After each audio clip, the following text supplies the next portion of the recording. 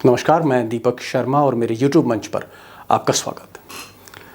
दोस्तों, अगर हमारे ऊपर गंभीर किस्म के आरोप हों तो या तो हम सफाई देंगे या फिर कहेंगे कि आरोप सारे बेबुनियाद हैं, गलत हैं। लेकिन अगर आरोपों से बचने की गुंजाइश कम हो तो हो सकता है हम कुछ जिक्र ही ना करें।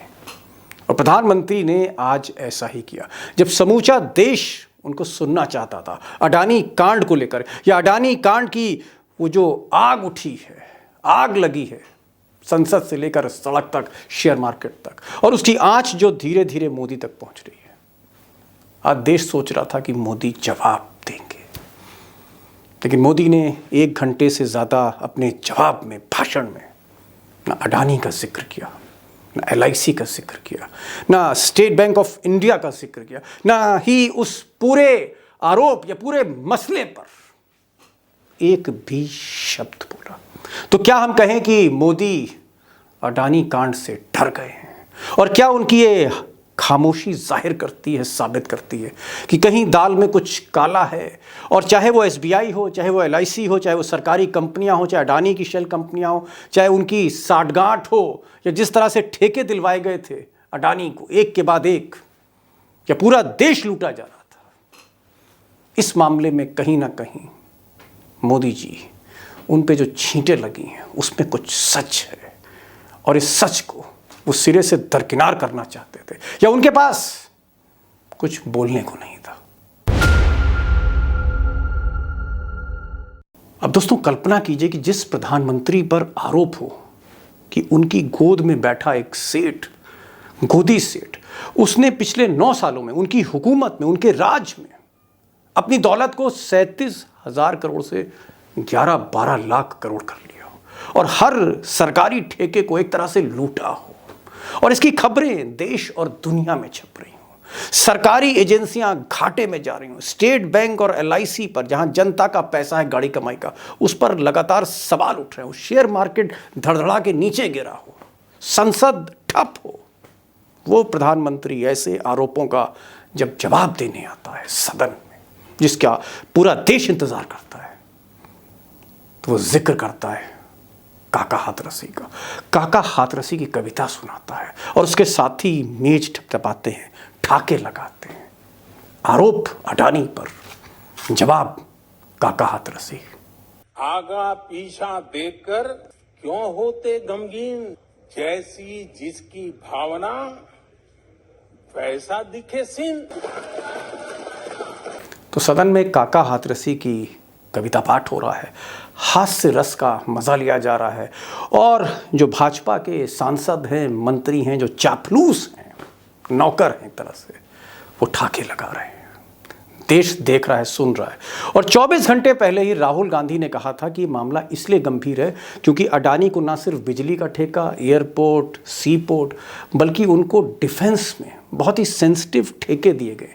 और जिस व्यापारी को आप डिफेंस क्षेत्र में ला रहे हो, अगर उस व्यापारी पर आरोप है कि उसका भाई विनोद अडानी शेल कंपनियां चलाता है, मनी लॉन्ड्रिंग करता है, विदेश से पैसा भेज रहा है, अगर उस कंपनियों के बारे में मोदी जी को कुछ पता नहीं है या अमित शाह को कुछ पता नहीं है, तो क्या इसकी जांच नहीं होनी चाहिए? क्या सरकार को ये तय नहीं करना चाहिए कि जो आदमी डिफेंस में काम कर रहा है, देश की सुरक्षा के भीतर घुसा हुआ है, वो मनी लॉन्ड्रिंग के उस पर आरोप हैं, उस पर शेल कंपनियों के आरोप हैं, और सौदे जो हैं वो करोड़ों में नहीं, खरबों रुपए में हो रहे हैं। सवाल तो ये था, जो हिंदुस्तान और इजराइल का डिफेंस का रिश्ता है, वो पूरा पूरा अडानी जी के हाथ में चला जाता है, खत्म कहानी।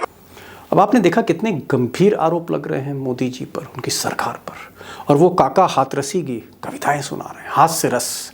लेकिन काका हाथरसी पर मोदी जी नहीं रुके।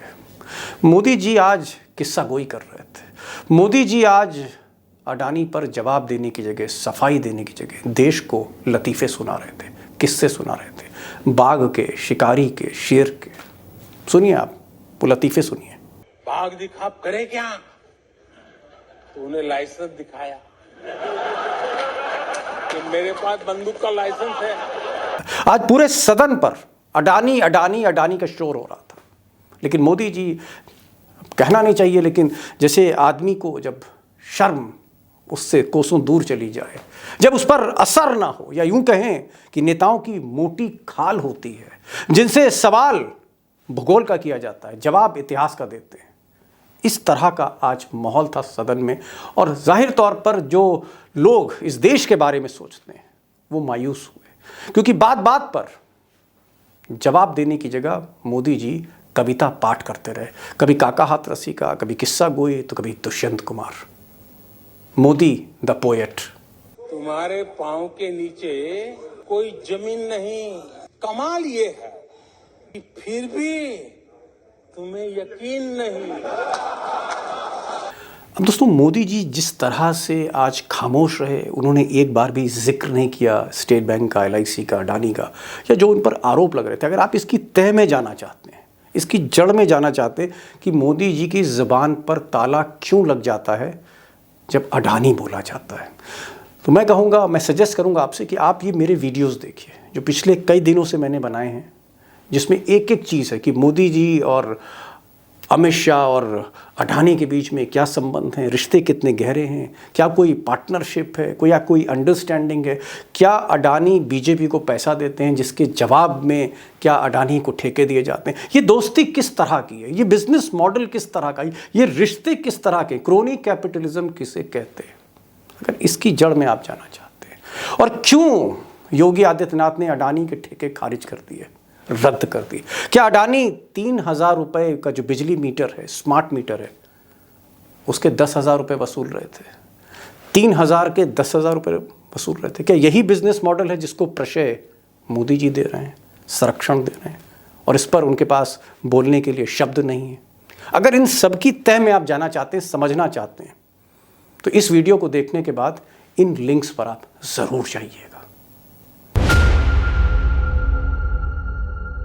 अब दोस्तों, आप जानना चाह रहे होंगे मोदी जी वाकई आज अडानी पर एक लफ्ज़ भी क्यों नहीं बोले, वो क्यों चुप रहे, क्यों उन्हें सांप सूंघ गया, क्यों वो काका हाथरसी या दूसरी कविताएं या लतीफ़े सुनाते रहे, क्यों नहीं जिक्र किया? इसकी सबसे बड़ी वजह यह है कि समूचा विपक्ष, 16-17 पार्टियां, वो बीजेपी सरकार से मांग कर रही हैं कि इसमें आप जॉइंट पार्लियामेंट्री कमेटी, एक संसदीय समिति गठित करिए, उसको जांच दीजिए, वो अडानी का पूरा बिजनेस, अडानी की मनी लॉन्ड्रिंग, अडानी पर काला धन, जितने भी आरोप लगें, इसकी जांच संसदीय समिति करे। अब इसमें पेच क्या है? पेच ये है कि ये जो संसदीय समिति होगी, जो जांच करेगी, जिसे पुलिस जैसी पावर दी जाएगी, CBI जैसी पावर दी जाएगी, उसमें हर पार्टी का कोई ना कोई मेंबर होगा।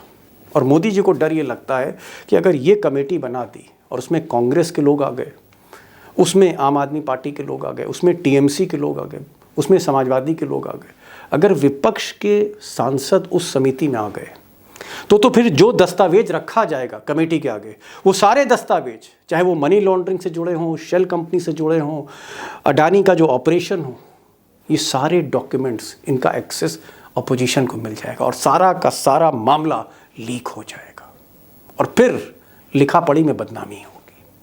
इस वजह से जॉइंट पार्लियामेंट्री कमेटी वो नहीं बनाना चाहते, और मुझे लगता है बनाएंगे भी नहीं, क्योंकि मामला वाकई गहरा है। दूसरा सवाल कि मोदी जी से एक और मांग की गई है कि जो सुप्रीम कोर्ट के चीफ जस्टिस चंद्रचूड़ साहब, आप इनको जांच दे दीजिए और ये मॉनिटर करें। अब सवाल ये है कि चंद्रचूड़ साहब जो हैं वो थोड़ा ईमानदार किस्म के, इन पर भी मैं वीडियो बना चुका हूँ, इनकी मोदी जी से बहुत बनती नहीं। ये रंजन गोगोई टाइप के चीफ जस्टिस नहीं हैं जिन्होंने राफेल में मोदी को क्लीन चिट दी थी। अब उनको लगता है कि भाई एक तरफ पहाड़ है, दूसरी तरफ खाई, या तो हम JPC बनाएं तो फंसे, और अगर चंद्रचूड़ साहब को मैं जांच दे दूं और वो मॉनिटर करने लगे और उन्होंने कहीं दूध का दूध पानी का पानी कर दिया, तो मोदी जी फिर फंसे। तो इसलिए आज मोदी जी लतीफ़े सुनाने लगे। तो उन्हें लाइसेंस दिखाया कि मेरे पास बंदूक का लाइसेंस है।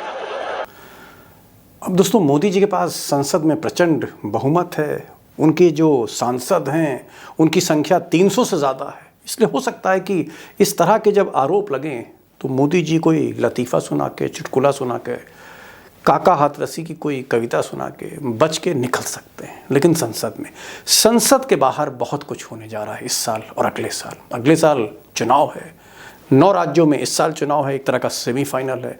और ज़्यादातर राज्यों में, चाहे वो कर्नाटक हो, मध्य प्रदेश हो, छत्तीसगढ़ हो, बहुत अच्छी स्थिति बीजेपी की नहीं, ये मोदी समझ रहे हैं।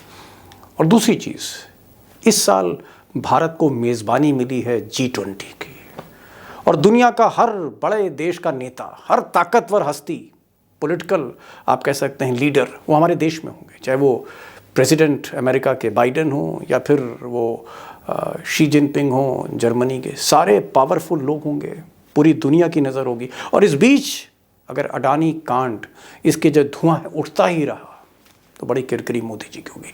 तो इस वजह से G20 की वजह से वो बचना चाहते हैं। कहीं ना कहीं वो ये भी सोच रहे हैं कि चुनाव पर बहुत बुरा असर पड़ेगा। और जिस तरह से एंटी इनकम्बेंसी, सत्ता विरोधी लहर दिख रही है, गुजरात के बाहर मोदी का ब्रांड वैल्यू कम हुआ है, हिमाचल हारे हैं, दिल्ली हारे हैं MCD, ज़्यादातर बाई इलेक्शन हार गए हैं वो। और अभी हाल में जो महाराष्ट्र में इलेक्शन हुए हैं वहाँ पर बीजेपी बुरी तरह पिटी है, टीचर कंस्टिट्यूंसी यानी MLC के चुनाव में बुरी हार हुई है। मोदी इस चीज़ को रियलाइज़ कर रहे हैं कि वो मोदी नहीं रहे जो 2014 में थे या 2019 में थे। और ऐसे में जिस तरह से अडानी के धुएं में वो गिरते जा रहे हैं, उनको लगता है कि कहीं जो सियासत है इसका दम ना घुट जाए, जिस तरह की सियासत वो कर रहे हैं। इसलिए मोदी जी ने आज एक चीज़ और कही है। उसने कहा जितने बाण चलाना है चलाओ, मेरे साथ जनता का कवच। तो कहीं ना कहीं मोदी जी ने जनता की आड़ ले ली है, लेकिन उनको शायद ये नहीं मालूम है कि 60% से ज़्यादा इस देश की जनता उनको वोट नहीं देती। और ये पिछली बार के आंकड़े साबित करते हैं। बहरहाल दोस्तों, ये आज का वीडियो था और मुझे लगता है कि मोदी जी ने भले ही आज कोशिश करी हो कि अपनी ज़ुबान पे ताला लगा दें या पूरे मामले को डिफ्लेक्ट कर दें, लेकिन आने वाले दिनों में बहुत कुछ राहुल गांधी पे डिपेंड करेगा, बहुत कुछ विपक्ष पे निर्भर करेगा कि विपक्ष इस मामले को कैसा उठाती। और मुझे लगता है जिस किस्म के आरोप हैं भ्रष्टाचार से जुड़े हुए, क्रोनी कैपिटलिज्म से जुड़े हुए, ये आरोप ऐसे हैं जो बहुत जल्दी मोदी को राहत देने वाले नहीं हैं। और मोदी जी ने जो दुष्यंत कुमार की लाइन पढ़ी आज सदन में, तुम्हारे पाँव के नीचे कोई ज़मीन नहीं, कमाल ये है कि फिर भी तुम्हें यकीन नहीं। अब ये कहा तो उन्होंने इशारों में राहुल गांधी के लिए, लेकिन जो स्थिति आज है मोदी जी की, या जिस ज़मीन पर गुजरात के बाहर बीजेपी खड़ी है या गुजरात लॉबी खड़ी है, कहीं ना कहीं ऐसा लगता है कि ये लाइन मोदी जी ने अपने लिए ही पढ़ दी। तो ये वीडियो आपको कैसा लगा, मैं आपके कमेंट्स का इंतज़ार करूंगा। मैं चाहूँगा कि अपने रिएक्शंस आप लिखिए और आप ये भी बताइए किस तरह की वीडियो आप देखना पसंद करेंगे। और क्योंकि ये एक ऐसा वीडियो है जो मोदी जी की हकीकत को बयां करता है, जो गोदी मीडिया आपसे छुपाती है, झूठ परोसती है, मैं चाहूँगा कि इस वीडियो को आप अपने नातेदार, रिश्तेदार, दोस्त, यार, पड़ोसी जो भी हैं आपके व्हाट्सएप ग्रुप्स पे, उनके साथ आप ये शेयर करिए, फेसबुक पे शेयर करिए। बात दूर तक पहुँचनी चाहिए। और नोटिफिकेशन के लिए आप बेल आइकॉन ज़रूर क्लिक करिए, इस वीडियो को सब्सक्राइब करिए और लोगों से कहिए कि भाई इस चैनल को भी वो सब्सक्राइब करें। आप भी सब्सक्राइब कीजिए अगर आपने सब्सक्राइब नहीं किया। तो फिर मिलते हैं अगले वीडियो के साथ, तब तक के लिए नमस्कार।